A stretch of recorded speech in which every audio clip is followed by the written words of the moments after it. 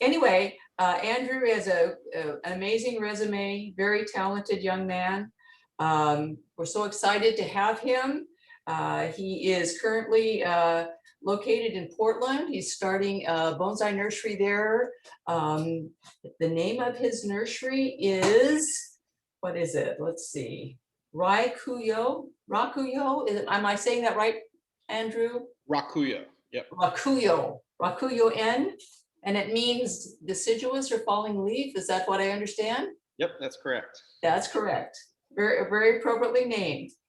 Anyway, I'm not going to take any more of Andrew's time. I hope our audience has a lot of deciduous questions for Andrew. That kind of helps with the knowledge that's put out there. If you ask questions, if he doesn't cover them in his lecture, then go ahead and ask. And with that, I'm just going to turn it over to Andrew.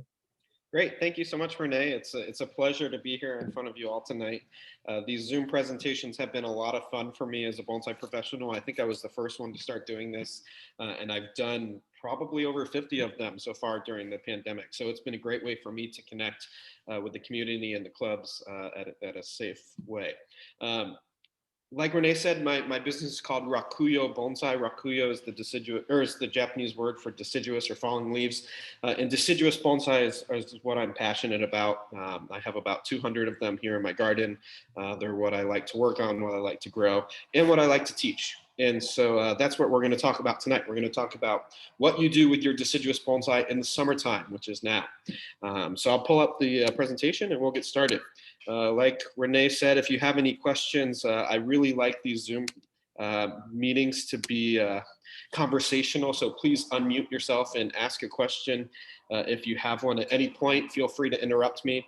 And also, if I start having any Wi-Fi or technical problems, someone please unmute and let me know so that I can take care of that. All right, so summer deciduous work. There's a lot to talk about because this is our busy season for deciduous bonsai, is the growing season. This is when we do a lot of our work, our wiring, our pruning. A lot of the design and the growth is what perpetuates deciduous bonsai, and that all happens in the growing season. But to start, I like to always kind of start with a little bit of an aesthetic review.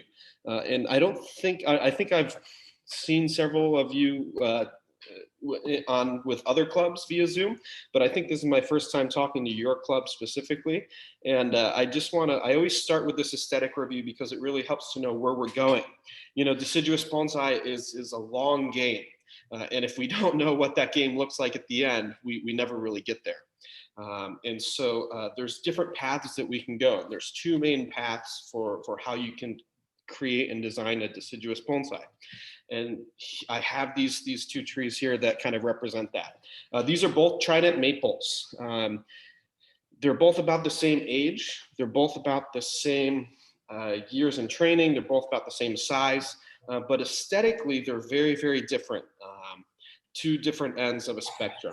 On the left here, we have a Trident Maple that's very realistic. This is realism in bonsai. It's a tree that looks like a tree rather than a tree that looks like a bonsai. And so this tree on the left, if you notice, it doesn't have a lot of movement in the trunk. Its branches are mostly upright. The taper is kind of subtle and minimal. And those branches, where they end up going is a one overall silhouette. We don't really have pads. These branches are like a school of fish all swimming together to form this big canopy and crown. That's what deciduous trees naturally look like and do. Deciduous bonsai, though, we have to balance this realism, we have idealism, and that's this tree on the right. So with realism, with idealism, we like to exaggerate certain things and bring in some kind of human design components. So we exaggerate the taper, we exaggerate the movement. This tree has very exaggerated taper, very kind of exaggerated more movement. It has branches that form pads or little clouds of branching rather than branching that's more communal. So its branching is individualistic. And if you notice, the silhouette is kind of triangular. And so while both of these trees are incredibly good, they are very different. If I was judging a show, these trees would get about the same score. They get very, very high marks, but they are two different aesthetic paths. The tree on the right looks like a bonsai. The tree on the left looks like a tree. This is realism and idealism represented in bonsai. Why I bring this up again is because with deciduous bonsai, to create something like this, you're talking several decades of investment. And so if you don't know where you're going, it's hard to get there in the end. And so with deciduous bonsai, we want to have this idea and this trajectory in mind. Hey, I really like a naturalistic looking tree. This is what I'm working towards. Or hey, I really like this bonsai. This is or a bonsai that looks like a bonsai, looks kind of more idealized. Then you work towards that. There's different techniques to get there, and we'll cover that a little bit later in the presentation. But I just like to start with this kind of aesthetic introduction. Any questions? All right, let's keep going. Again, if you have a question, just feel free to interrupt me. So, summer deciduous work. Summer is the time that we do wiring. It's the time that we do pruning, and it's the time that we do defoliation. And there's different types of defoliation depending on which plant that we have. The first thing that we're going to talk about is partial defoliation. And partial defoliation is specifically geared towards single flush plants, but I will note that partial defoliation can be done on any single deciduous species. So whether you have a Trident Maple or Japanese maple or beech, it doesn't matter. Any single species can have this technique that we're going to talk about.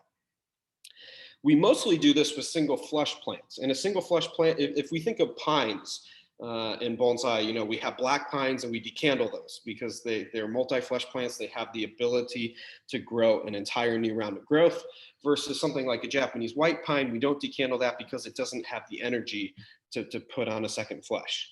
And so in bonsai, these single flush and multi-flush, these aren't terms that you'll find in any horticultural textbook. These are terms that bonsai artists and educators have come up with to classify these types of plants. But it helps to know which type of plant you have so that you can do the appropriate technique. So starting with single flush, here's a few species that we consider single flush plants. Japanese maple, this one's kind of controversial. It can go both ways, but I tend to treat it as a single flush plant. Beech, hornbeam, Storardia, deciduous holly, like Ilex serrata, winter hazel, magnolia.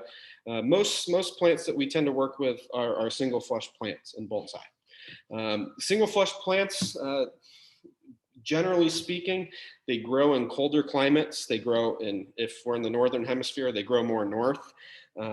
And they grow in regions that have a short growing season. So you can think of single flush plants might be plants that grow in Washington State or Maine or Vermont, something like that. They're plants that grow pretty far north in their native habitat. Single flush species, like I said, they don't have the energy typically to do a whole new round of growth on a consistent, reliable basis. So we have to treat these species a little bit more carefully with our technique. And so what we do is we do a partial defoliation. We're cutting the leaf partially so that we can balance energy. So leaf cutting does a few things. When we have a leaf is basically a solar panel. And if I take that leaf and I cut it in half, that leaf is now operating at 50%, which means it's generating 50% less sugars and energy for the bud at the base of that leaf. So we can use leaves and cutting the leaves to balance energy. If we have some strong areas, we can cut the leaf in half, and that will dampen the energy, that will put the brakes on. If we have some weak areas, then we don't cut those, and we leave those leaves full. And this is how we can kind of start to manipulate the energy on a plant. Leaf cutting does a few things. It introduces light. So if we do this on the exterior where it's very strong, it gets light to the interior of a bonsai, which helps create a balance of energy because the interior tends to be weak, and we can bring some strength to them. So we do leaf cutting on strong areas. We do it on the exterior of a canopy so that our inner branches can thrive.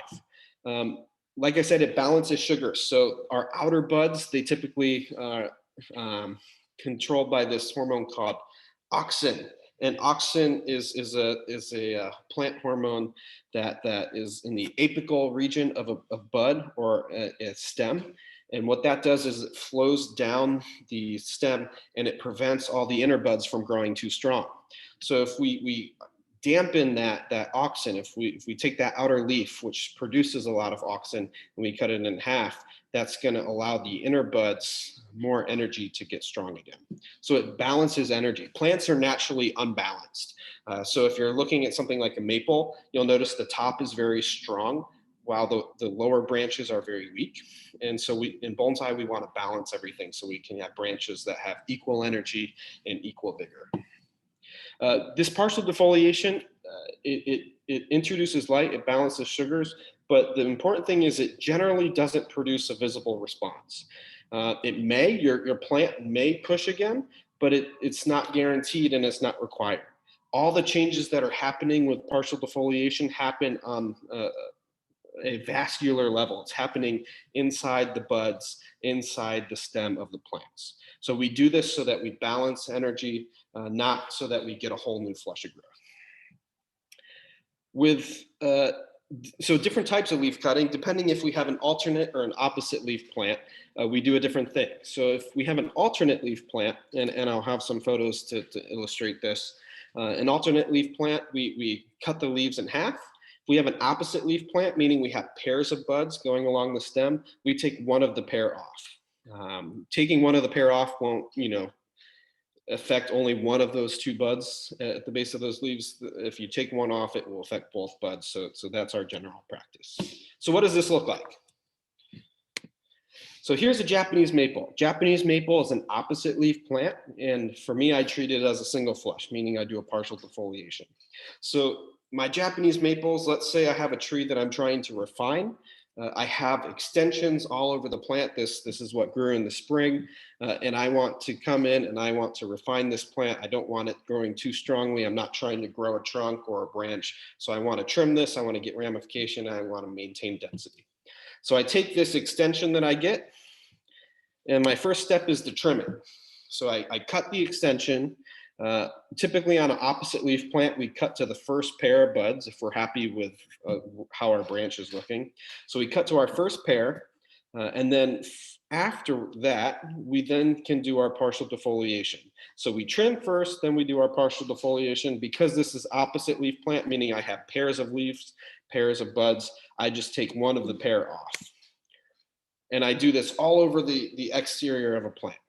And this is what helps to create balance and to create fine ramification on these plants. Questions? All on the same page so far? Now, I did say when I started talking about partial defoliation that we can treat any single deciduous species like this. So even if you have a plant that has the ability to produce multiple flushes of growth via full defoliation, something like a Trident Maple, we could still do this technique to a multi-flush plant and it will be fine. So this is a technique that we can do for any deciduous plant, any deciduous species, no matter what, and it will produce good results. So that's an opposite leaf pattern plant. Here's an alternate leaf plant. So the difference between this is a beech, and the previous one, a maple, is the pattern of the buds. So we have buds and leaves that alternate rather than have pairs going along the new stem. And so with an alternate leaf plant, this is a beech, and so it looks very similar. At first, we trim back our extension, and then we cut the leaves. I like to fold them, cut them in half so that they still have kind of a point to them.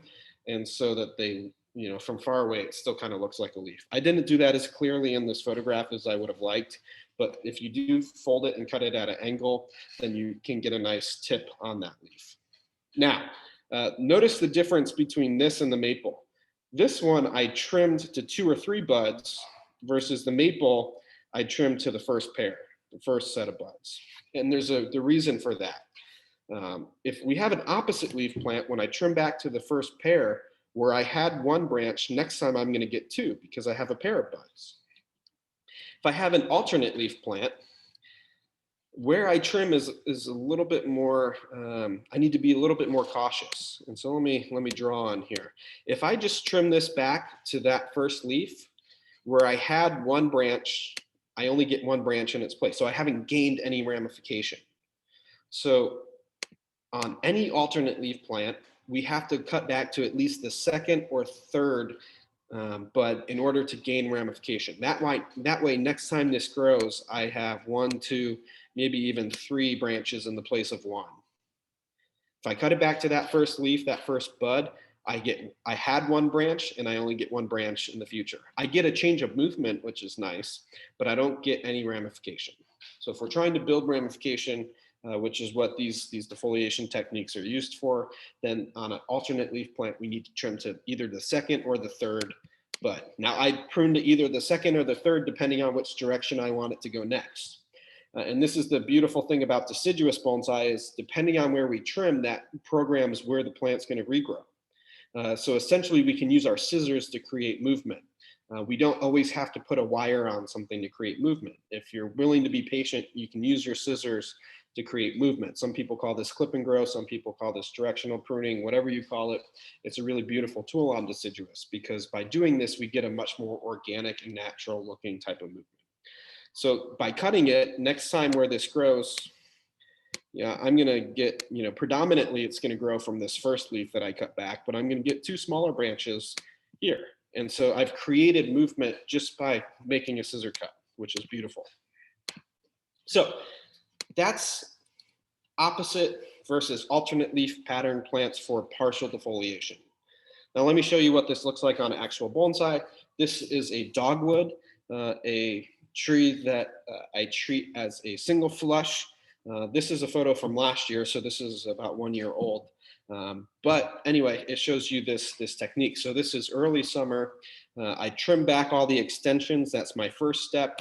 And then my second step is to come in, take the leaves, fold them in half. So here's the before, here's the after. Now, the big difference between partial defoliation and full defoliation, well, there's a few. First of all, we don't have a big glamorous before and after photo. It doesn't look too different unless you look closely. But where it's different, it's very important.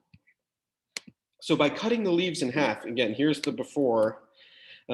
In this before photo, we can't really see into the plant. It's very dark in there. And if we do nothing, then the interior ramification on this tree will die. And so in order to get ramification, we have to create space for that ramification to happen and space for light to come in and to feed those leaves and feed those buds. So if we want a lot of ramification, then you have to do a lot of leaf cutting because we're creating a lot of unnatural density in these plants. A dogwood, if you look at a dogwood in nature, in an area that's like 1 foot by 1 foot, you're gonna get maybe 2 or 3 twigs in that space. On my dogwood bonsai, I have about 20 twigs in that same amount of space. Because in bonsai, we're forcing a lot of things to be dense and compact. And so in order to have that be sustainable, in order to keep all those branches alive, we have to come in and cut the leaves every year so that we can get light to each and every one of those branches. This also helps with fungus and pests because we're getting much better airflow through the plant.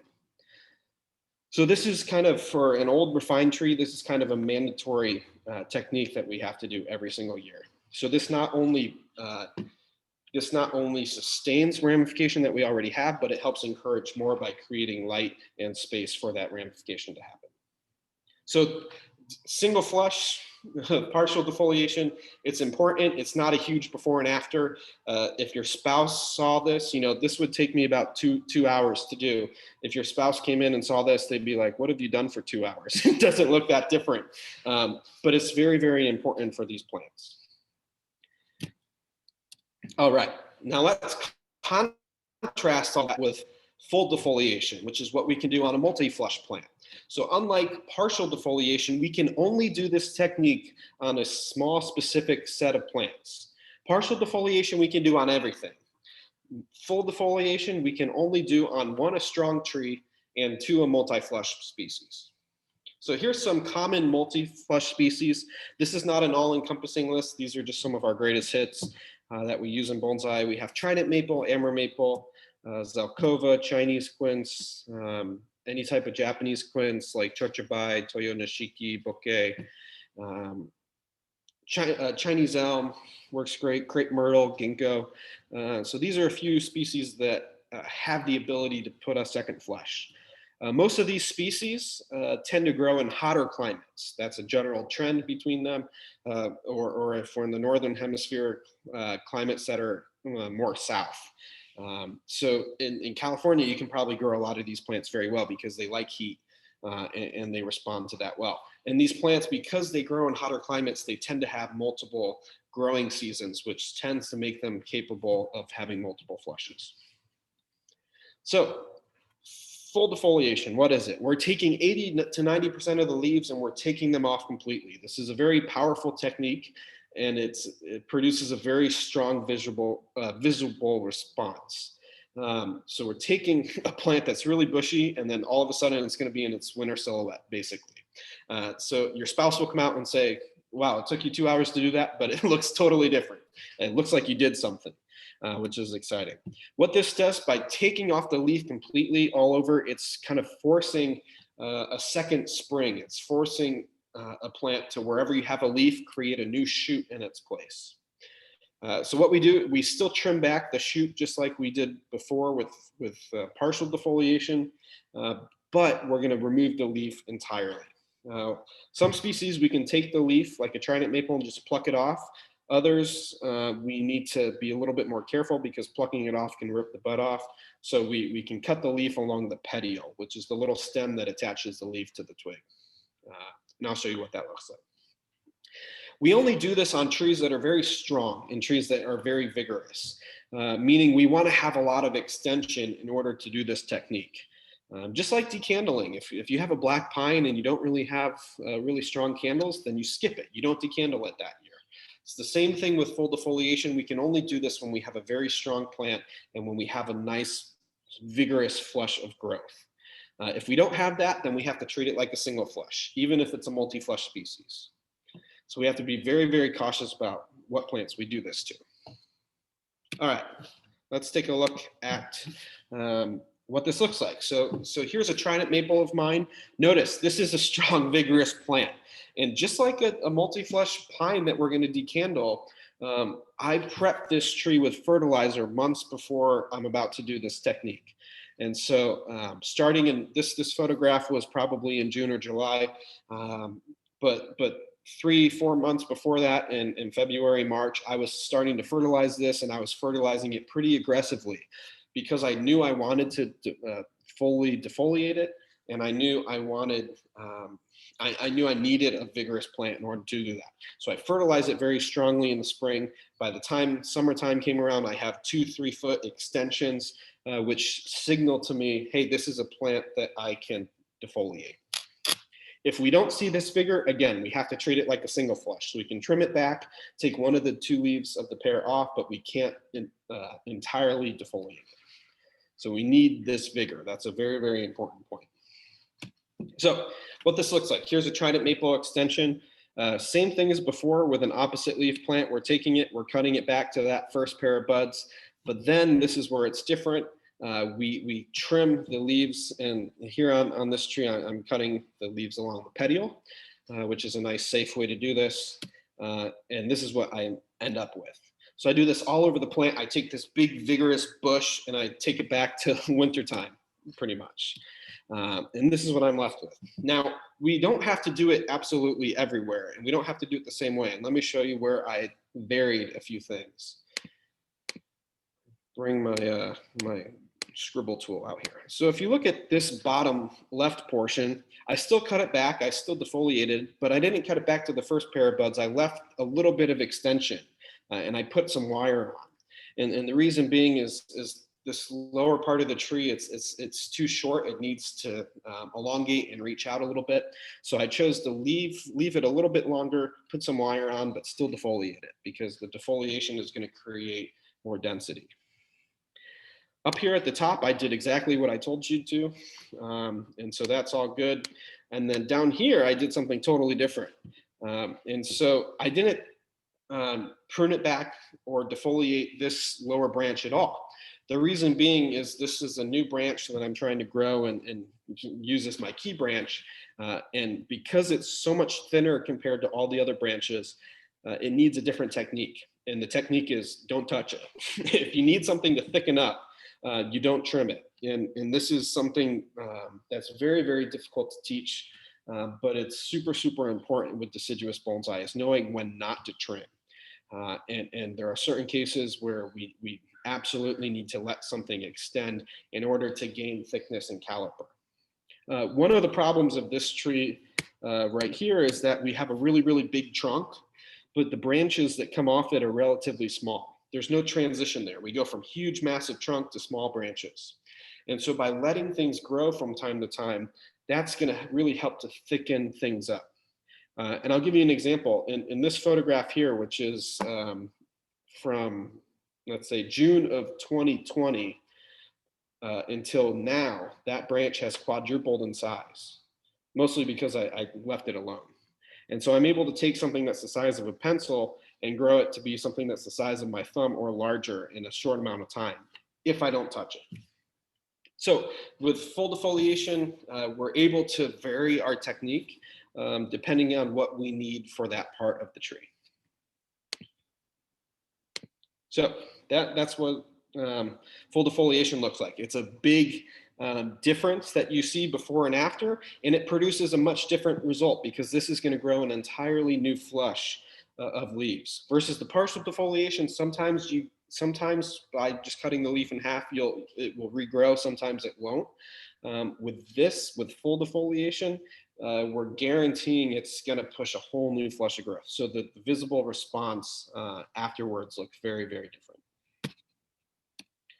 So that was in June. 2 months later, it looked like this again. This is late July, early August. And again, I'm fertilizing this plant very vigorously, and in result, I'm getting very vigorous growth. And so this signaled to me, again, my visual cue, hey, this is a very strong plant. I can defoliate this again. I can do this work one more time. And so that's what I did. I cut back my extensions and I did my partial defoliation, or I did my full defoliation. Now, with full defoliation, if we don't have an extension, then we don't want to defoliate. So if we have, just like a little whorl of leaves that never really elongated, then we leave those alone. And you'll notice the second time around, I have a lot more green on this plant because every time you defoliate a plant, it's going to get weaker, weaker, and weaker, which is a good thing. That's where we're getting density and ramification. But we don't want to take off every single leaf if we don't have a good extension. And so if we do this multiple times a year, we're going to remove less and less and less as we go throughout that year. All right, and then fall, several months later, it had grown out again. I had trimmed it back a little bit to look good in the photo. Here's what it looked like at the end of last year. I did a fall pruning, which is very, very similar to pruning in the summertime. And I want to make one point about fall pruning, because I know we're a few months away from that. Leave more than you ideally want to. That's my tip of the evening. Other than knowing when to let things grow, by leaving some problems every now and then, we can help to slow down the energy of a plant. So if we're trying to go for density, if we're trying to go for fine twigs, fine ramification, then leaving some problems on can help slow things down. The more branches that we have on a tree, good or bad branches, the more branches that we have, the more energy outputs that we have. And so just by having a lot of density, having a lot of branches, having a lot of twigs, I'm going to get smaller leaves and shorter internodes. And so if I'm trying to really slow down a plant to make nice bonsai quality growth, leaving some problems for later is a good approach. And I can point out to you, this tree is full of problems that I left on last fall. Let's see, this is a very ugly branch, how it kind of creates a right angle. This one too is not appealing. This is a little thick up here, that should be cut back, but I'm leaving some of these things on here, that will be addressed at a later date in order to help slow the plant down. If we're always pruning and pruning and pruning and taking off every single bad branch that we don't like, then we're never going to create density and slow down a plant. And so to get fine twigging, we have to leave density, good or bad. And then once we get a nice slow metabolism, nice quality of growth, meaning short leaves, short internodes, small leaves, that's when we can start tackling some issues that we're not happy with. But leave more than you think you need to. Andrew, I have a question. The bottom branch that you were growing out, Mm-hmm. so you trimmed it because it was the thickness, you were satisfied with the thickness of it? Yeah, good question. So in this photograph, notice it's about the size of my thumb. And a few months earlier, it was like the size of a pencil in this photo. And so just within 1 year, I pruned it back the second time, but by letting it grow while I cut everything else back, that gave it a huge advantage and really thickened it up quite a bit. Again, in this photograph, it's the size of a pencil. By the end of the year, it's the size of like my thumb or a Sharpie. This year, it's even larger. And so these photos are from 2020.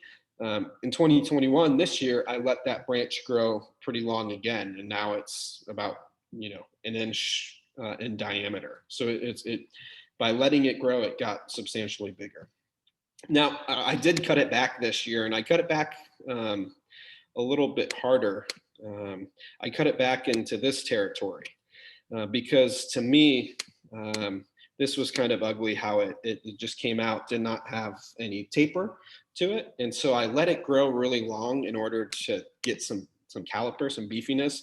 But this year I just cut it back and now it's regrowing out so that I'm still thickening up down here where I want it, but I'm gonna get nice taper as well.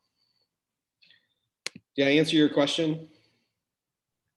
Yeah, I guess I was under the understanding that you just let that branch grow until you get your thickness that you want overall, but not necessarily, I'm hearing. Yeah. The more time, the longer you let it grow, the thicker it's going to be, but you're going to have a bigger scar and you're going to have not very good taper. So there is a balance of you don't want to cut it too soon because it never thickens, but you don't want to leave it too long because then you have a huge scar and it lignifies too much and you don't build nice taper. And so there is that kind of fine line there, and that's kind of hard to put into words. But usually when I cut it and then let it grow again, I let it grow to at least half the thickness that it was before. That's kind of a gauge that I use. So once I cut it, here, let's see, bring my Sharpie back. Once I cut it here, I'm going to let it grow until it's half that thickness. And then I'm going to cut it back again and then repeat that process over and over again. All the meantime, this is going to get thicker and thicker and thicker while things are still growing out here. Any other questions? Yeah, I have a question. So when you defoliate, if you do the full defoliation, does that change watering? Like, do you water less because it has less leaves, or? Yeah, good question. So aftercare is really important. First of all, we don't want to put this plant. Let's see. That one's in the fall, but here we don't want to put this plant after it's been fully defoliated. We don't want to put this right back out in the full sun because all those interior leaves and from the shoots that didn't extend, all of those will burn. The trunk can even get sunburned. So I take this thing, I put it into the shade or under shade cloth so that it can recover a little bit. Secondly, yeah, watering is going to look very, very different. Before, when I had this type of extension, I was watering this thing 2-3 times a day. Now that I cut everything back, I might water this every 2 or 3 days. I'm skipping days, even in June or July. And so you don't, whenever you do really significant work like this, whether it's full defoliation, partial defoliation, a hard cut back, anything like that, whenever you do very significant work, you really want to be attuned to the watering. And so that you're still letting the plant dry out. If you're watering it on autopilot, the same that you were before, now it's going to be tremendously overwatered, and that's going to really slow down and inhibit the growth. And so if we can still let this plant dry out in between waterings, then that's where we're going to see an explosion of growth. So watering has to be super, super precise after any significant work like this. You'll see the same thing in a black pine. If you decandle a black pine, you're going to notice it's not going to need water. You can skip it for several days before you water it again. So just be really, really kind of attuned to the watering after any type of severe work. Good question. Other questions? All right. So that's full and partial defoliation. Now we can do some of those same things, actually both of those techniques on the same plant for different reasons. And so this is a photo from Mr. Takayama-san's garden. Takayama-san is the deciduous master in the Omiya Bonsai Village in Japan, just outside of Tokyo. In the Omiya Bonsai Village, again, they specialize in deciduous bonsai, especially trident maples. And Mr. Takayama has a really, really impressive collection of trident maples, especially forests. But if you look at this photo, this is a summertime photo of his bench.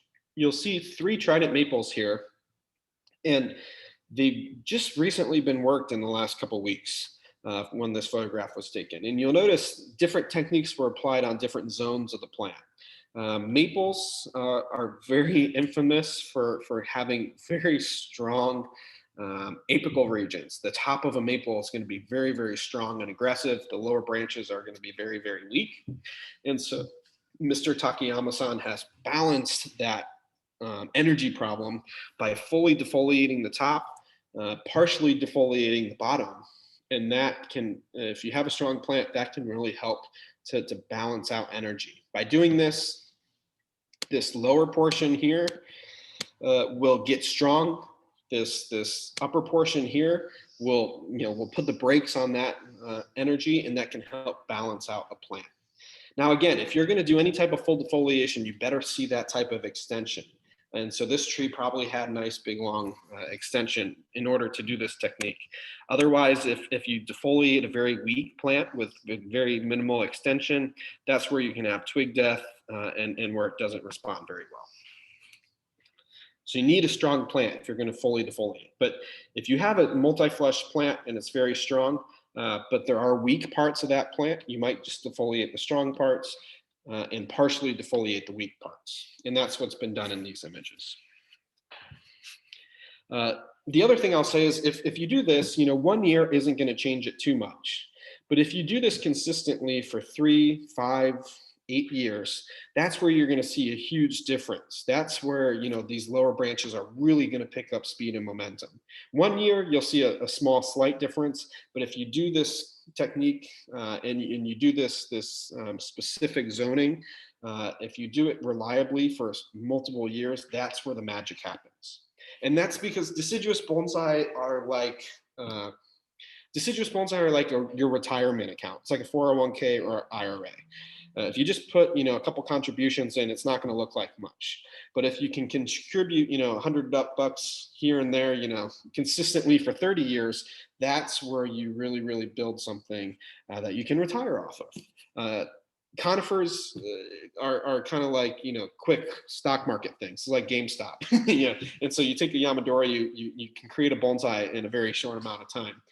Deciduous bonsai don't work like that. The type of work that we do is spanned over a long period of time, and we have to be thinking of a good trajectory in order to get a good result down the road.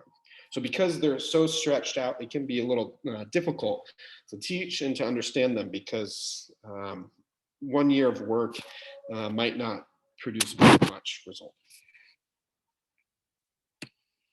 All right, any other questions?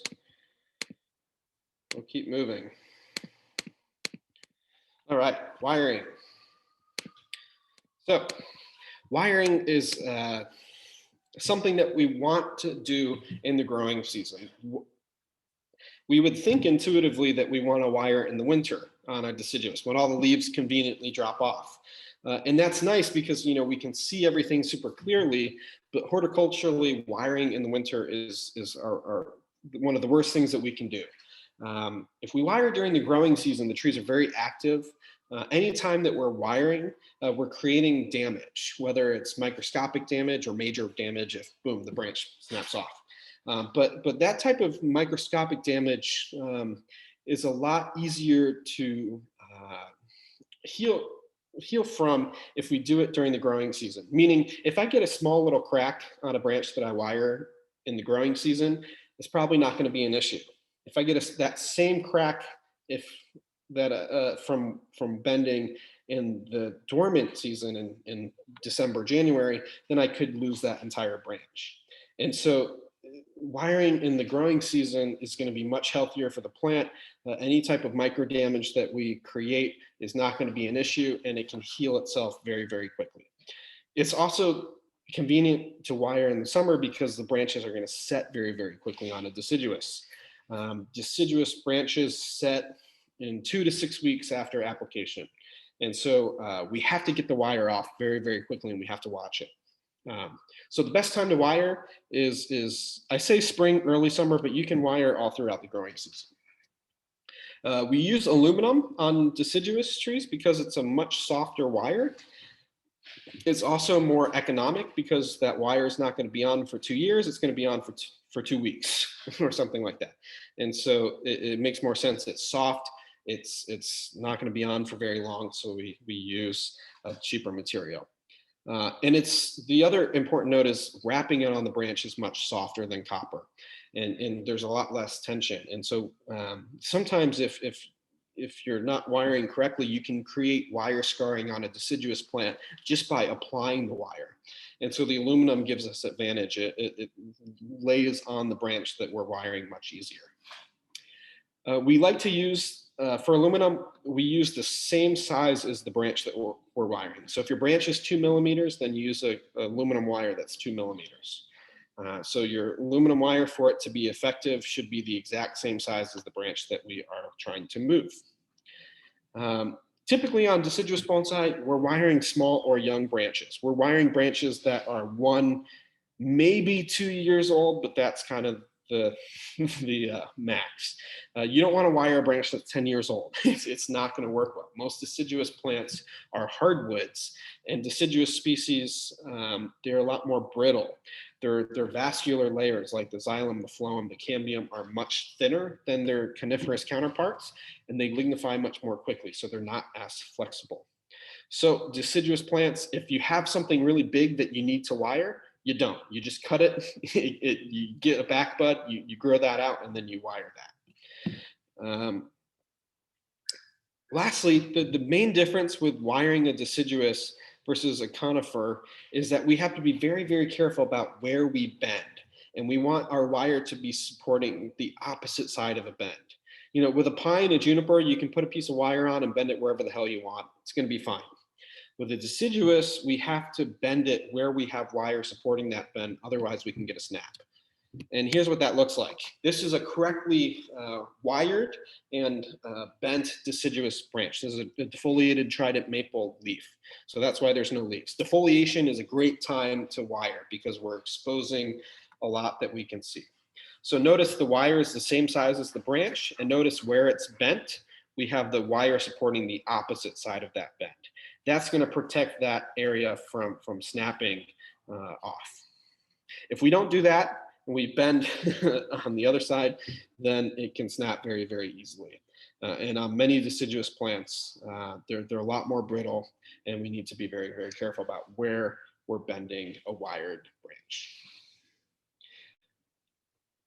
Going back, I'm going to backtrack a little bit back to the beginning of the presentation here. The main difference between these two plants is how this movement was created. If you look at this tree on the left, the realism, the tree that actually looks like a tree, this was created mostly with scissors. All of the movement that you see is by cut and grow. It's by directional pruning. It's by cutting it back and then it regrows in a different direction. The tree on the right is mostly wired. This is a very, how do I say, man-made type of movement. It's very heavily manipulated by a human. Versus the tree on the left was still manipulated by a human. It was just done, the movement was generated by scissors. So if you like the more natural looking, realistic representation of a tree in a pot, then you might do a lot more scissor work. If you like this more kind of abstract, idealistic approach to bonsai, like this tree on the right, then you're going to do a lot more wiring. Typically, most bonsai have a combination of both, but if you like the natural, you do less wiring, more scissor. If you like the idealized abstract, you do more wiring, less scissor. And for example, this tree on the left has maybe had 10% of its branches wired for 10% of its life, versus this tree on the right has had 90% of its branches wired for 90% of its life. So there's a lot more labor going into the wiring on the tree on the right. Again, I'm not saying one is good or bad. You know, I have my preferences, but they're both beautiful, but they are very different aesthetically. All right, let's go back to where we were. Any questions about wiring? Sometimes we can even wrap the wire in a material to make it even softer. And this can be especially useful if we're bending a really big branch. So we might use a floral tape or something like that to wrap around the wire. I see some people using paper towels. I really don't like that. That creates quite a bit of a mess, and I don't think it does very much. But a floral tape, you know, something you buy for $2 on Amazon, is great. It's a little bit sticky, but it just gives a nice little buffer against the wire and just softens it just a little bit more. The reason we're so concerned about the wire being soft and applied gently is that deciduous trees scar, and scarring shows up in the wintertime when we appreciate the deciduous trees most. When all the leaves drop, we get to see all the problems. And so we tend to judge deciduous trees a little bit more critically because all the leaves come off and we get to see everything that's left behind. All right, let's talk about fertilizing. Fertilizing is incredibly important, not just for all bonsai, but especially for deciduous bonsai. With deciduous plants, like I said, this is your 401k, your IRA that you're building over a long period of time. And how we build a deciduous bonsai is by plant material. We build it by growth. And to get growth, we can fertilize more and get more growth to play with. And so I have a whole 2-hour presentation on fertilizing, but just to summarize this in one slide, here's a few of the greatest points. Solids and liquids, there's a big debate on what type of fertilizer that we should use. I do have some strong opinions on this. I think if you live in a very dry climate, you should probably use a lot more liquid fertilizers. You live in a very humid and wet climate, a lot more solid fertilizers make sense. And here's the reasoning. I've lived in wet climates, I've lived in dry climates, and solid fertilizer responds very differently. And I mean solid fertilizer, those are like the little cakes that you put on your bonsai. So when I lived in St. Louis, Missouri, which is very hot and humid with a lot of rain in the summertime, those were great. You know, I'd water my tree in the morning, I'd come back 6 hours later, and that solid fertilizer cake was still moist. It was active. It was gross. It was stinky. It was breaking down. It was doing what it was supposed to. The microbial activity was all working.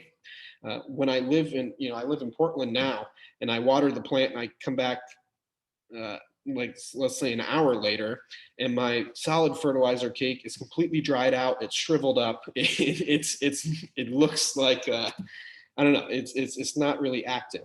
And so if you live in a dry climate, which I'm pretty sure Sacramento is, you don't have a lot of rain in the growing season, you don't have a lot of humidity, liquid fertilizers are your friend because they will be a lot more accessible to a plant.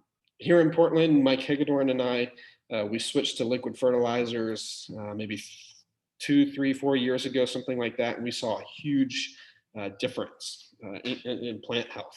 We were using solid fertilizers, and a lot of those nutrients just weren't able to get into the plant because we didn't have the moisture required to do so. So liquid fertilizers, they're great for a really dry climate without a lot of rain in the summertime. That doesn't mean solids can't work. You know, Portland is very rainy in the spring and the fall, and so I put on my solid fertilizers then. And that's great when there's a lot of moisture, but when there's not, the liquids are mostly what I use. Both solids and liquids have their pluses and minuses. A liquid is great because as soon as that when you apply liquid fertilizer to the pot or the container and it dries out, that's that fertilizer being absorbed into the plant. It's very accessible. Versus solid fertilizers, there's the benefit of them is there's just a little bit of amount of fertilizer and nutrition available at every watering. And so it's a little bit more gentle and consistent versus liquids. It's a nice big flush of nutrition.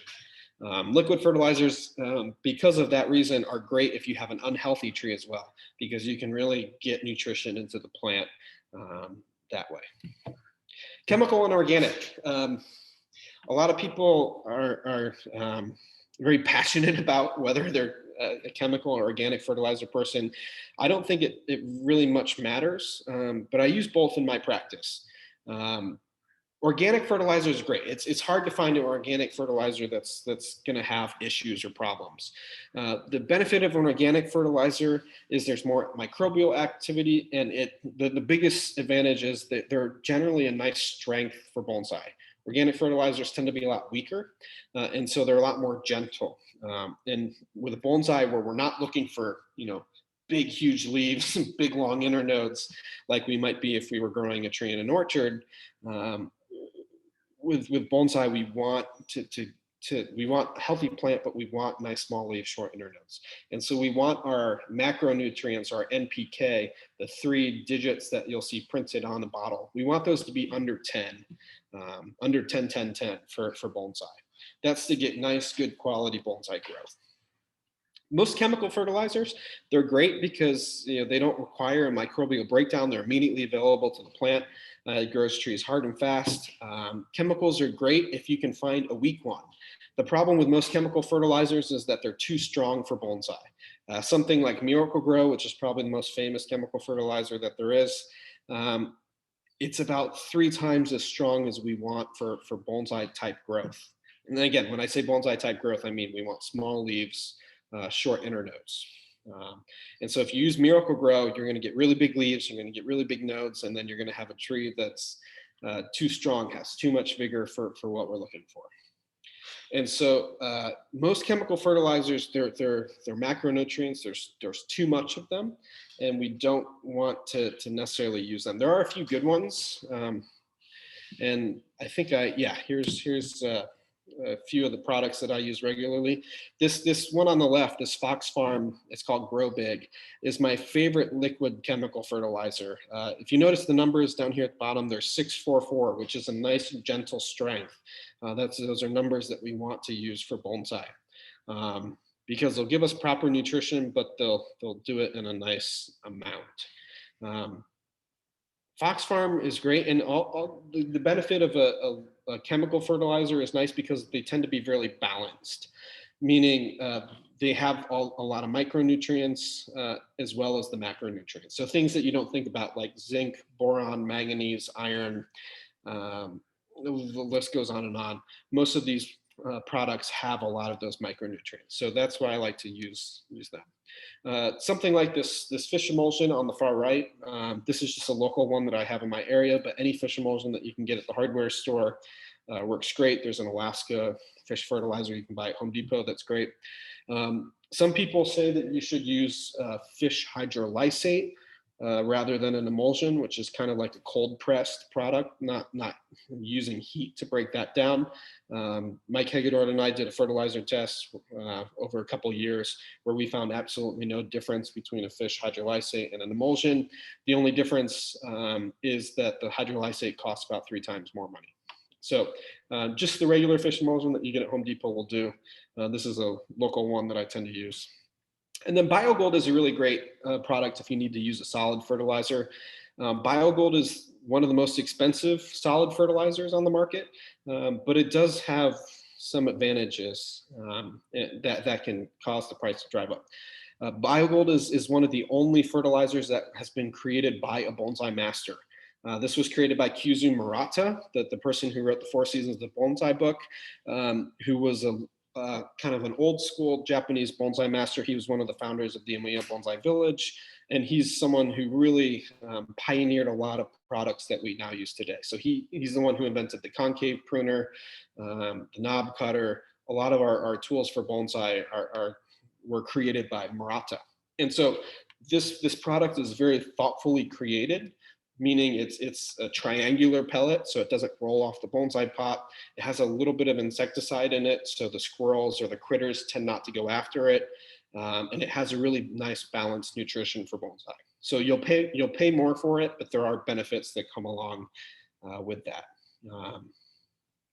So yeah, those are the fertilizers that I tend to like. Again, with fertilizer, I think something that we tend not to think about is we should treat bonsai nutrition like we treat our own human nutrition. If you're just eating one thing, like if you're just eating Cheetos or something and not eating any other food, then you're probably going to be lacking some nutrients in your diet. And so if you can vary up the products that you use, then you can cover more bases. So use some solids, use some liquids, use some organic and chemical. That will create a nice, well-rounded approach to your bonsai nutrition. As far as how I fertilize bonsai, if you have a tree that's young, if you're trying to grow a trunk or trying to grow primary branching, then you might use a lot more fertilizer, or you might fertilize more frequently. And for liquid fertilizer, what I'm doing in my garden is some trees are getting fertilized with a liquid fertilizer 2 or 3 times a week. And so I do fertilize quite a bit, but I have a lot of young trees that I'm trying to grow a trunk on. If you're trying to get ramification and density, then you fertilize a little bit less because we're not trying to get huge, big growth, with the exception of trees that we're going to fully defoliate. So just like a black pine, we want to really fertilize those things more. So with fertilizer, each tree has its own individual needs. And the more that you're able to vary your fertilizing to each specific tree, the better your practice will be. If you're fertilizing every one of your bonsai the same, then you're going to have some trees that are over-fertilized, some trees that are under-fertilized, maybe some that are just right. But if you can really break it up for each individual tree, then you can really, really help things. In my garden, I have trees that get fertilized twice a week. I have trees that get fertilized once a week. I have trees that get fertilized every other week. I have trees that get fertilized once a month. And so I'm really breaking it down. And I have 250 trees. So, it is a lot to keep track of, but it's not impossible if you're willing to put in some effort. And so just by breaking it down and giving each bonsai its own fertilizer needs, you can really, really help your practice. How do you keep track of that fertilizer schedule? It's all in my head, and it sounds crazy, but I do get it to work because I'm able to look at the plant, and even if I forget what I've done, I can say this is a young tree. I'm trying to grow a trunk. I have a big sacrifice branch. I'm going to fertilize this twice a week. If I have a tree that's really old and refined, and I'm not trying to get a lot of vigorous growth, then I know I need to fertilize that very cautiously. So I'm able to just look at a tree and kind of diagnose it on the spot, but I'm also kind of able to just remember what I've been doing on that particular plant. And you should be able to change it and adjust it. So if you're fertilizing your tree really strongly and then you're getting nice explosive growth and you're like, oh, well, maybe that's a little bit too strong, then that can be a cue to, hey, let's back off on the fertilizer. So not just put a tree on its own needs, but be willing to change based on how the tree is reacting. Other questions? All right, so I think that's the end of our summer deciduous work presentation. We're mostly just, I think, covering the things that we talked about. If we're trying to get caliper, meaning I'm trying to grow a trunk, I'm trying to grow a branch, that I don't cut something. If I do cut it, I have a couple different ways to do it, depending on what type of plant I have and how vigorous I have a plant. And so for a very vigorous plant that's multi-flush, we can defoliate it. For a plant that's kind of semi-vigorous and a single flush, we partially defoliate it, but our type of pruning depends on each specific plant that we have.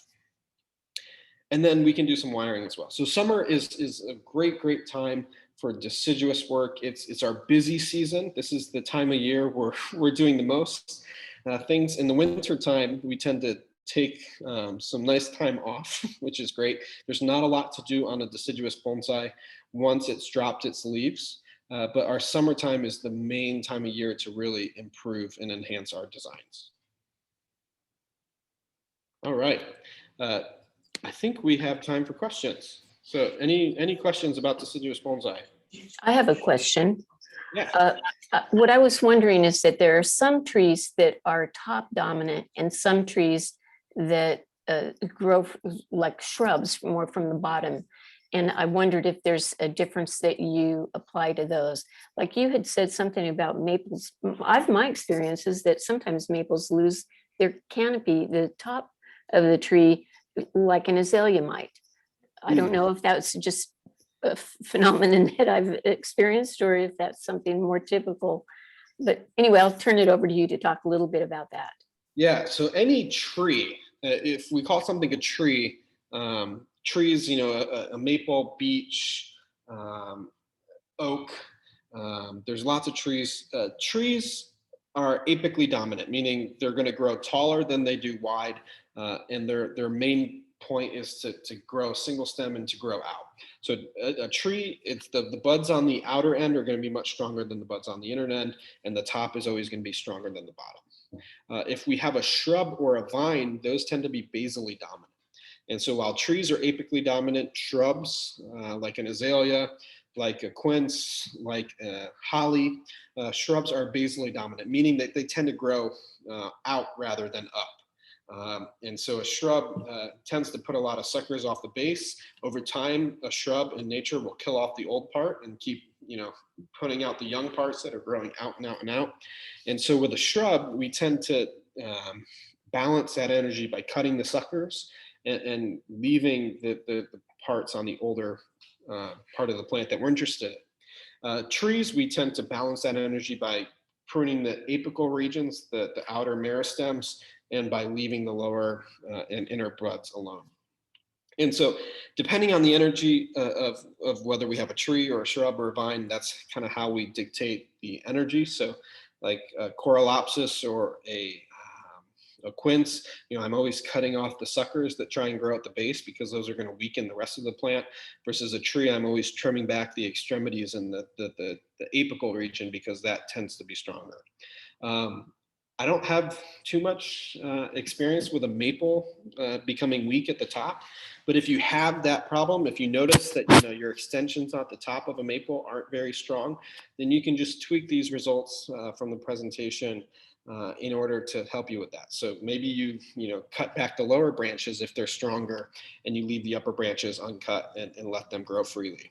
So you can take, you know, case by case. If you have a tree that has a weak area and it might not even make sense, just let it grow, don't cut it back, and that can really help to balance things out. Thank you for your question. Thank you for the answer. Other questions? I have a question about, have you ever tried total defoliation on Japanese maples? Yeah, and some people will do that. My experience is when you do that, they create too much of a mess, meaning they'll bud back where you want them to, but then they'll put 5 or 6 or 7 buds out from a single location. And so they create almost too much back budding, which can on a Japanese maple can create a lot of reverse tapers and kind of knobs on them. And so I tend to treat them as a single flush because of that, with the exception of Shohin. My Shohin Japanese maples, I do fully defoliate them. That's really to weaken them down. But larger Japanese maples, medium to large size plants, I like to treat them as a single flush because I think they can be too vigorous and create a lot of problems on the branches. But I know some people do. Walter Paul fully defoliates his Japanese maples, and he has great results with that. The thing is, you have to go back and edit all of the back budding that they do. Otherwise, you'll get reverse tapers. Okay, thank you. I have another question for you though. On where do oaks fall in your single multi-flush Yeah, categories? it depends what type of oak. I have a valley oak in my garden that I suspect could be fully defoliated. It's a very old tree, so we tend not to fully defoliate old trees, even if they're multi-flush plant. But I think a young oak, you could definitely defoliate it. I have several, I'm surrounded by like 100-year-old oak trees in my property, and I get a ton of acorns dropping every year and a ton of oak seedlings, and I always come in and strip them the seedlings as they're growing, and they always grow back, and they grow back 5, 6, 8 times a year. And so I think a young oak would respond pretty well to defoliation, but there's a lot of different types of oaks, and it could vary from species to species. Okay, thank you. You bet.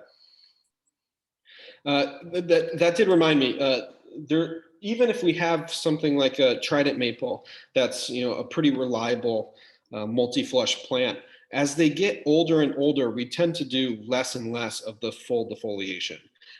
If we have a really, really refined show quality tree, we tend to, at that point, treat that Trident Maple like a single flush. And so we're only really fully defoliating young, vigorous plants. Once they start to get a lot of ramification and age to them, we tend to treat them more like a single flush. Other questions? I have a question for you. My name is Matt. I'm a fairly new bonsai enthusiast, and so I'm looking to try and propagate some trees to have more material to work with. I like Japanese maples, as I'm sure many of us do. So I've attempted air layering a maple that I bought as a nursery stock, and had some excessively large branches that weren't needed for styling of the plant. So my question to you is, do you do a lot of air layering? And if so, specifically, I attempted with sphagnum moss, as I've seen people do. Do you have to use fresh green long sphagnum moss, or can you use like the dried, cut into small pieces or segmented sphagnum moss?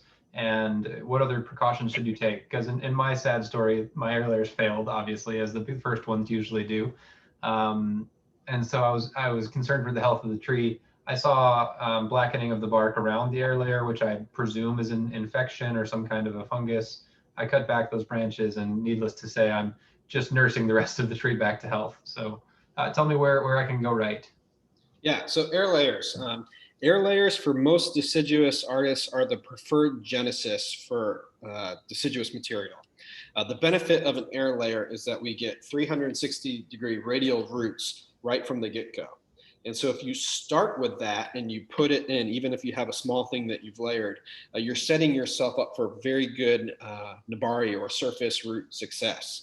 So an air layer, if you take an air layer, you put it in the pot for 10 years, you're going to have an amazing nabari or surface roots. So that's why we like to start with air layers. They tend to create a really nice base and a really nice swelling into that root system as well. As far as how we can create air layers, there's a few different techniques. One, to get roots on a part of the plant where roots don't normally exist, we have to create a callus. And callus is how we get air layers. And so I guess the best example of this is rooting hormone. Rooting hormone actually doesn't create roots. Rooting hormone creates callus. And callus on a plant is indifferentiated tissue, which can create a root or a shoot depending on the environment that we surround it in. It's very, very different than humans. Our tissue is differentiated. And so, if I'm giving you surgery and I nick your lung is going to regrow lung tissue. It's not going to regrow heart tissue. Versus a plant, if I create damage on a plant, that callus that grows could be a root, could be a shoot, a branch. It doesn't really differentiate that. And so any type of layering involves creating a callus, and from that callus we create roots. When you put on root hormone creates a callus. It's mostly gibberellic acid, and that callus, a nice big callus creates nice big roots. And so we can create a callus and air layer a plant several different ways. One way is you can just take a piece of wire, cinch it up really tight, and not do anything, and then just surround that with sphagnum moss or whatnot, and that can create an air layer. Or you can do the typical technique, which is to make you're typically like a 1 or 2 inch incision, and you're doing that all around the circumference of the thing you're trying to air layer, which sounds like that might be what you did. We typically surround that with sphagnum moss, because by surrounding it with that moisture, that's telling the callus, hey, this needs to regrow as a root, not as a branch. What we tend to use is just like the dead sphagnum moss that you buy on Amazon. It's not green at all. It comes in a big bale that looks like hay or. Yeah, it sounds like the stuff that I found. Yeah. And so you're just taking that, you're soaking it in water to hydrate it. You get like a nice, typically it's the size between like a baseball and a softball. You're taking that, you're surrounding that incision that you made. You can then do one of two things. You can wrap that ball of sphagnum moss with plastic, which is a way that I have more success with. Or you could even put a little pot around it and fill in some soil in the gaps. And use sorry to interrupt you, but do you always use like a black plastic, clear plastic? Does it have to be completely impermeable to light? You know, things like this. What other tips do you have? Yeah, I always use clear plastic, and Okay. that's mostly just so that I can see what's going on inside of there. But I don't let it sit and exposed to the sun. So Okay. it sits underneath my shade cloth structure, or it has branches that help shade that area. We don't want it to be in clear plastic and then just have it bake in the sun. Right. So shading is crucial. Okay. Yeah. And you could do that. You could put clear plastic around it and then just put some aluminum foil over that, and then, take it off from time to time and peek and see if you have roots. But I like the clear plastic just because I can very visibly see when it's packed with roots. Excellent. Thank you. Other air layering tips, I do air layers in the growing season rather than in the spring.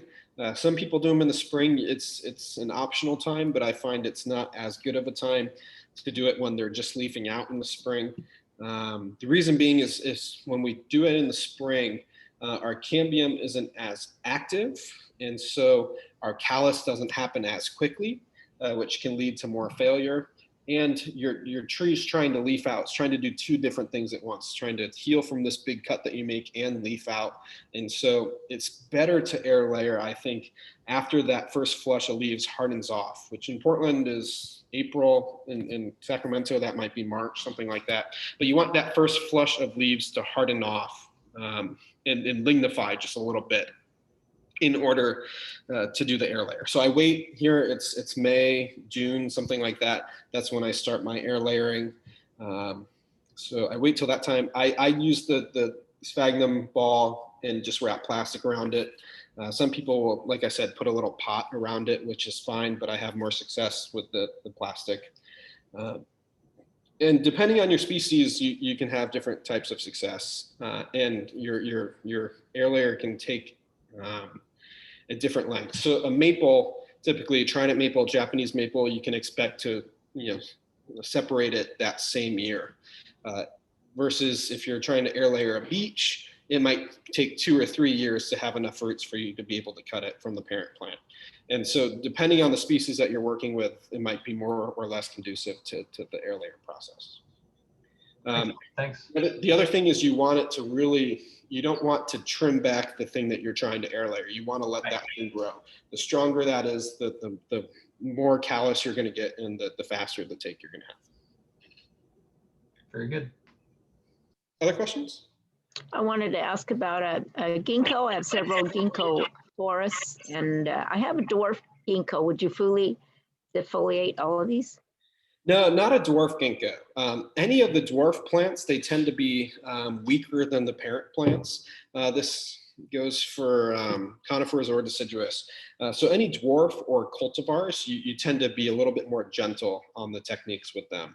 Okay. So if you have like a Shishigashira, let's say, or a dwarf ginkgo or something like that, then you might treat it a little bit more carefully. You might treat it like a single flush rather than a multi-flush. Okay. I appreciate that. Thank you. Yeah, you bet. I have a question for you. Yeah. I have 2 hornbeams. The trunks are probably thumb size, so they're not very big. Okay. I'm pretty new at this, so I thought they looked real healthy. I defoliated them. They came back really nice, very nicely with leaves, lots of buds along the stems, pretty good internodes. And then something happened and all the leaves died, shriveled up, dry. So I guess I didn't water them enough, but the bottom line is that happened. I took all the leaves off.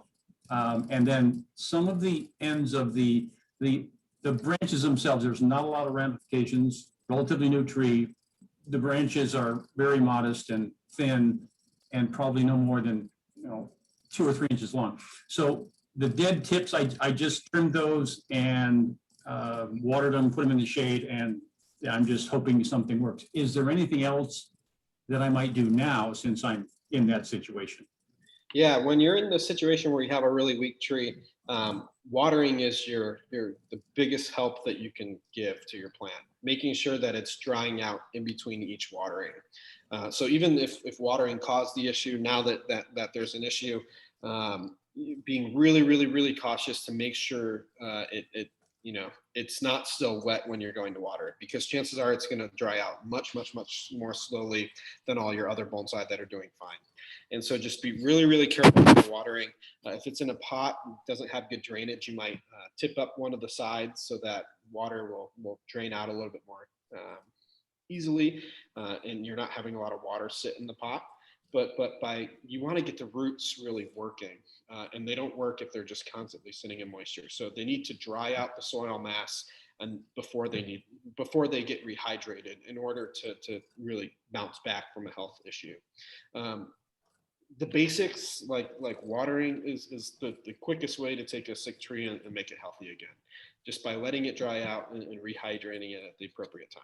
Even if it takes 4 or 5, 6 days when it's 100 degrees, you might be hot, but your tree doesn't need water as long as you're touching it and it still has moisture in the root system. So let the roots get working, and then that tends to fix the rest. Okay, thank you. Also, keep it, you typically don't want to use a greenhouse this time of year because then it just adds heat. But if you have an area that's more shady and gets less wind, that can also help to kind of give it a little bit of protection that way. Thank you. You bet. I have a question. I have a maple grove of 4 trees. It's coming on 30 years old. Okay. I've had it since 2018. One of the trees doesn't match the other 3. And when I repotted it this last repot season, I was tempted to separate the one tree that doesn't look as good and loses its leaves. It doesn't turn a pretty color. It just kind of dries up and loses its leaves. Could I defoliate or partially defoliate that one section of that grove? You could, if it has the vigor required to do that technique, you could do that. If it doesn't jive and you want to separate it, you could always air layer that tree out. You could do a ground layer so it's low, and then you just kind of stump it at the soil mass. But yeah, it can be tricky with forests when you have different genetics within the same pot. Yeah. So there's, it just depends on your personal preference. You could remove it if you don't like it.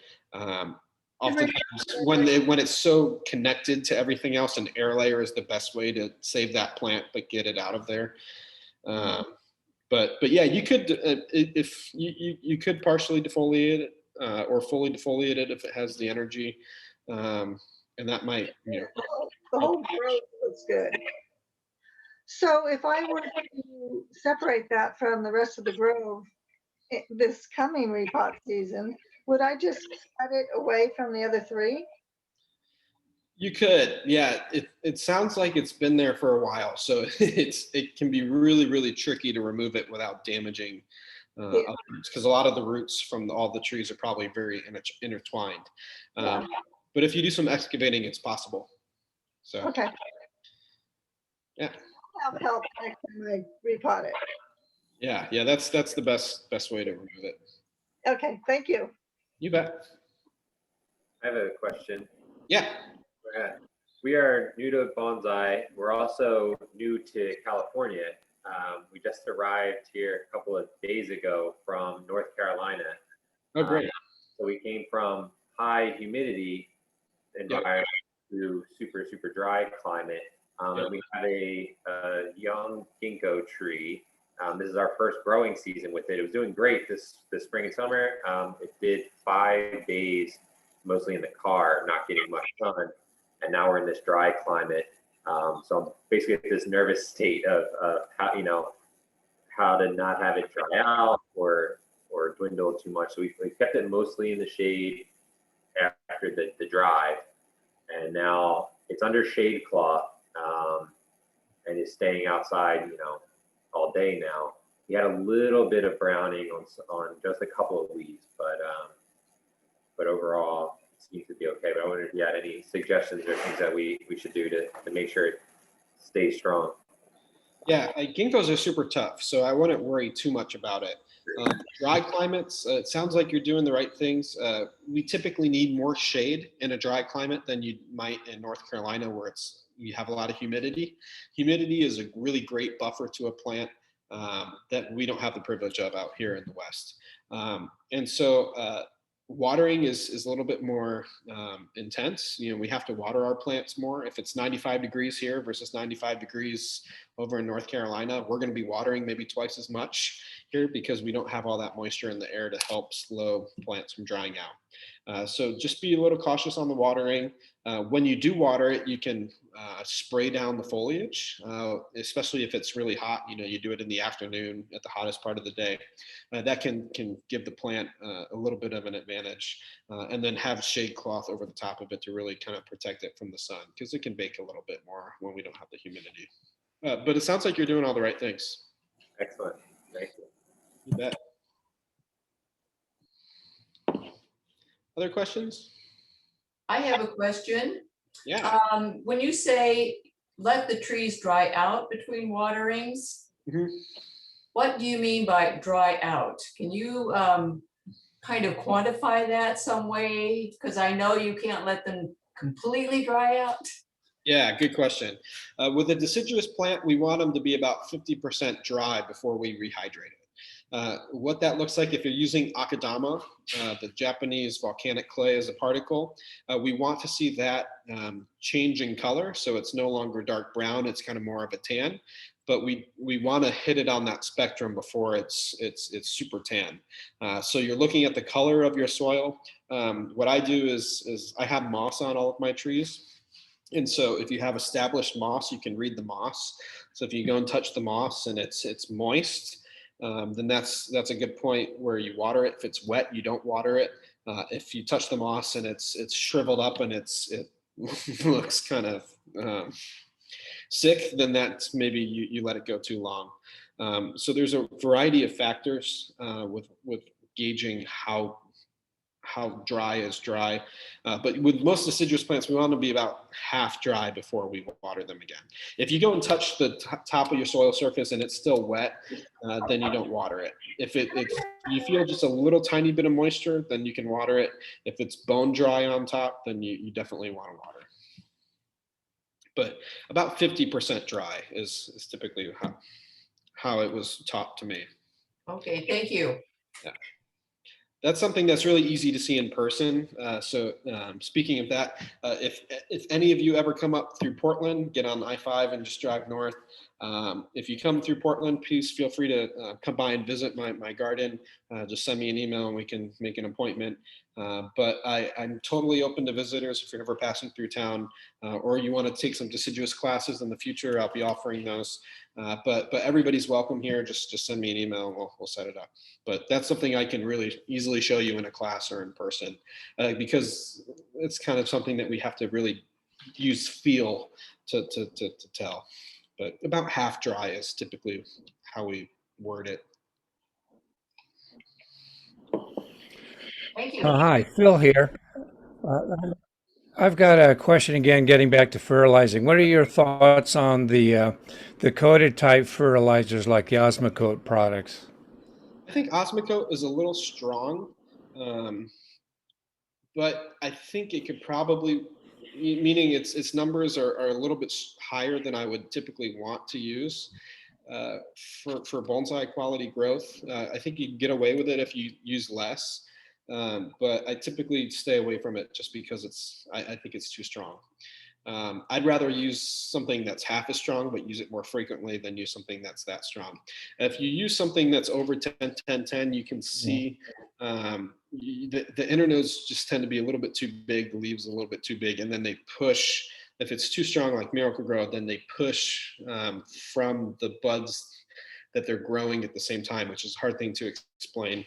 But you know, like your Japanese maple, it's pushing from the pairs as well as the extension as it's growing out. So it can create a bit of a mess. Osmocote might be great if you're growing a tree in the ground, if you're growing a bonsai and you just focus on growing the trunk. You don't care about big leaves or small internodes, but if you're trying to create density and fine twigs and fine ramification, then that's where I would use a different product.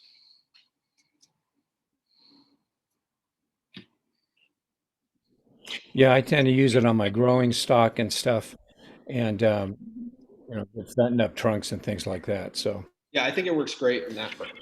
any thoughts in terms of, you know, yeah, we have a little less control about it too, since it is like released because of the temperature and whatnot. So, it's a little less controllable, like the organics and the chemicals.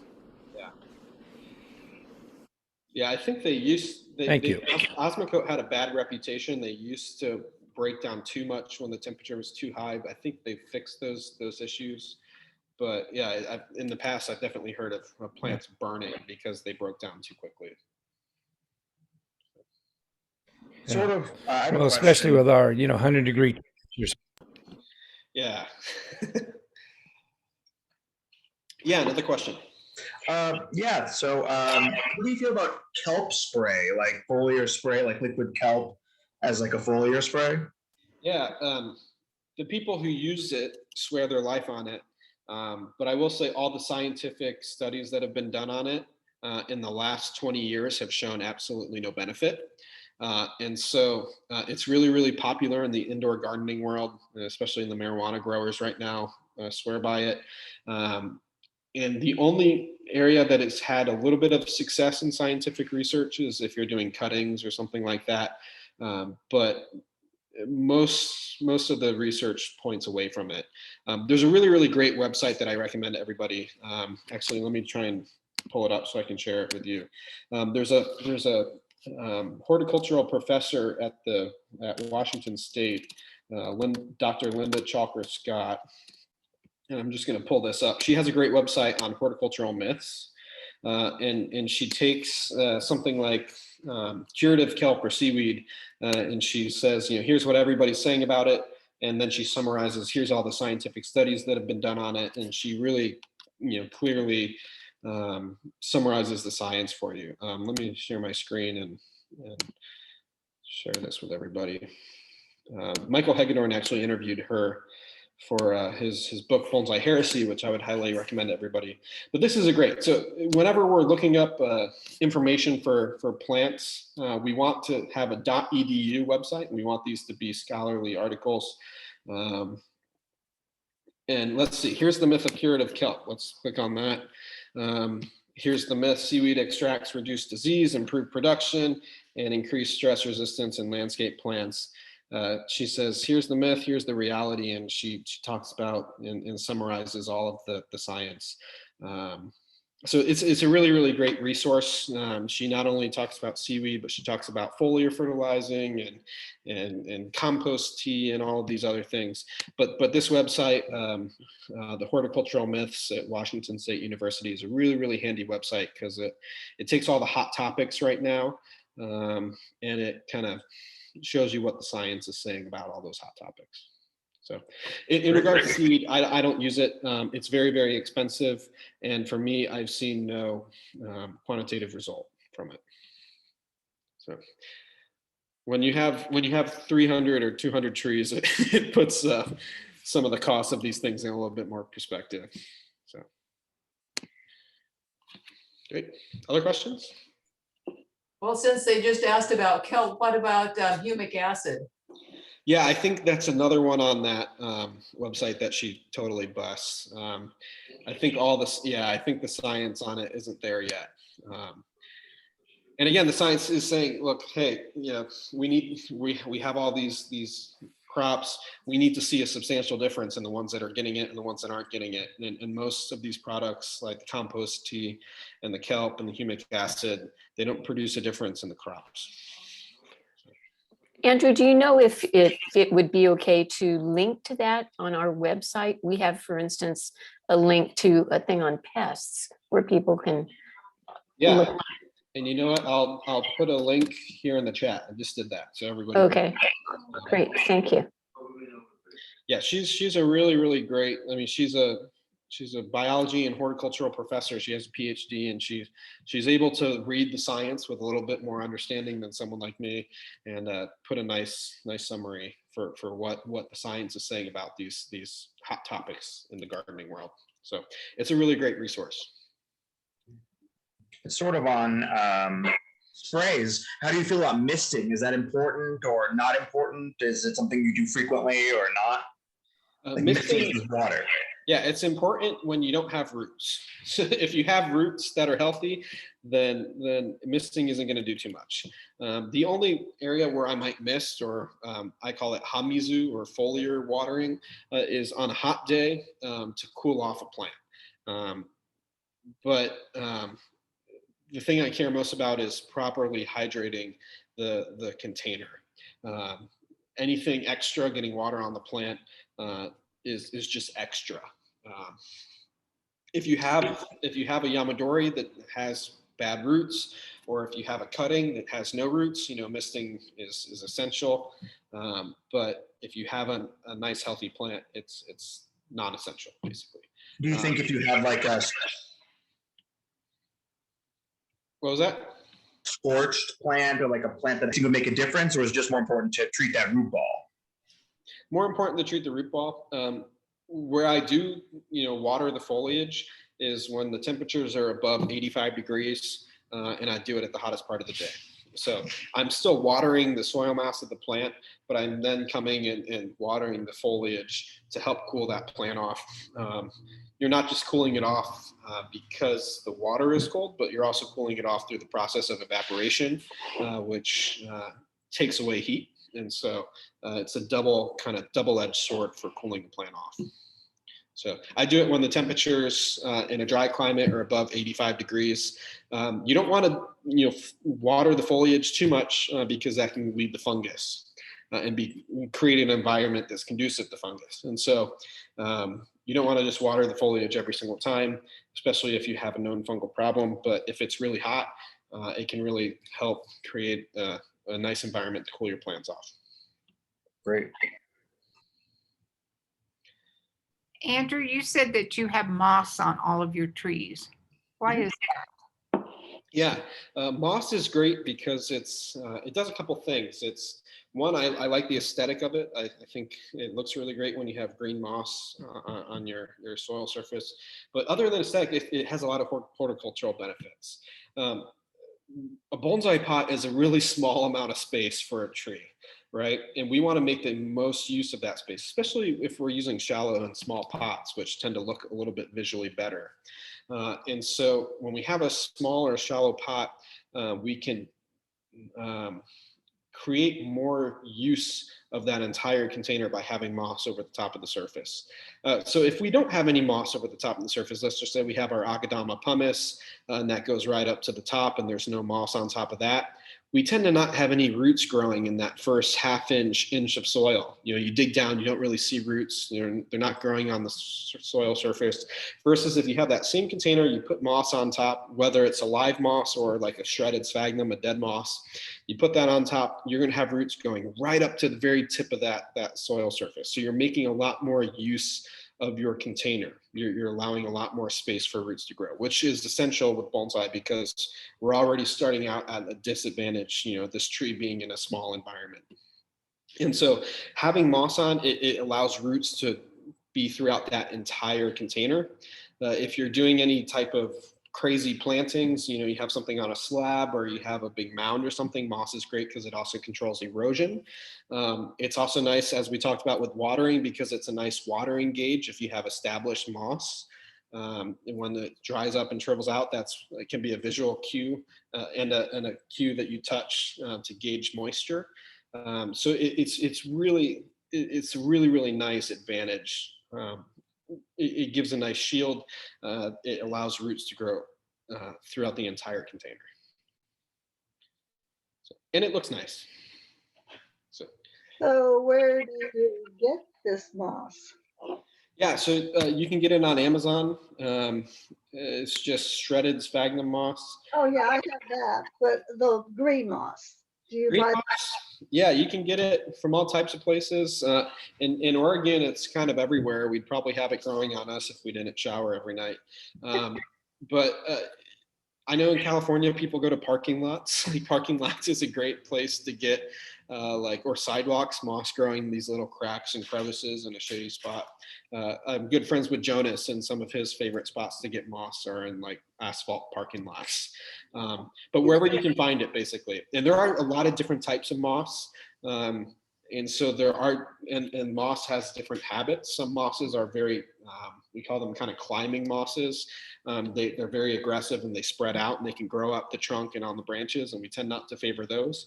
But then there are ones that kind of stay more contained, and we tend to favor those a little bit more. There's mosses of different colors and again, different habits. And so you find one you like and you kind of just keep propagating that. To get live moss growing on a bonsai container, you can simply, if you have enough of it, you can just put it directly on the top of the container. What I do is I use about 80% shredded dead sphagnum moss that you get in a big bale. And then I mix that with shredded live moss that I find and harvest. And then I mix that up, 80% sphagnum, 20% live green moss. And, just a couple months, that all kind of takes over and grows as live green moss. I have another project. What was that? I have another project to do. Yeah. And that's typically, we do that at repotting season. So whenever we repot a tree, that's where we put that moss on and get it looking really sharp. Thank you. You bet. All right, I think we have time for a couple more questions if we have them.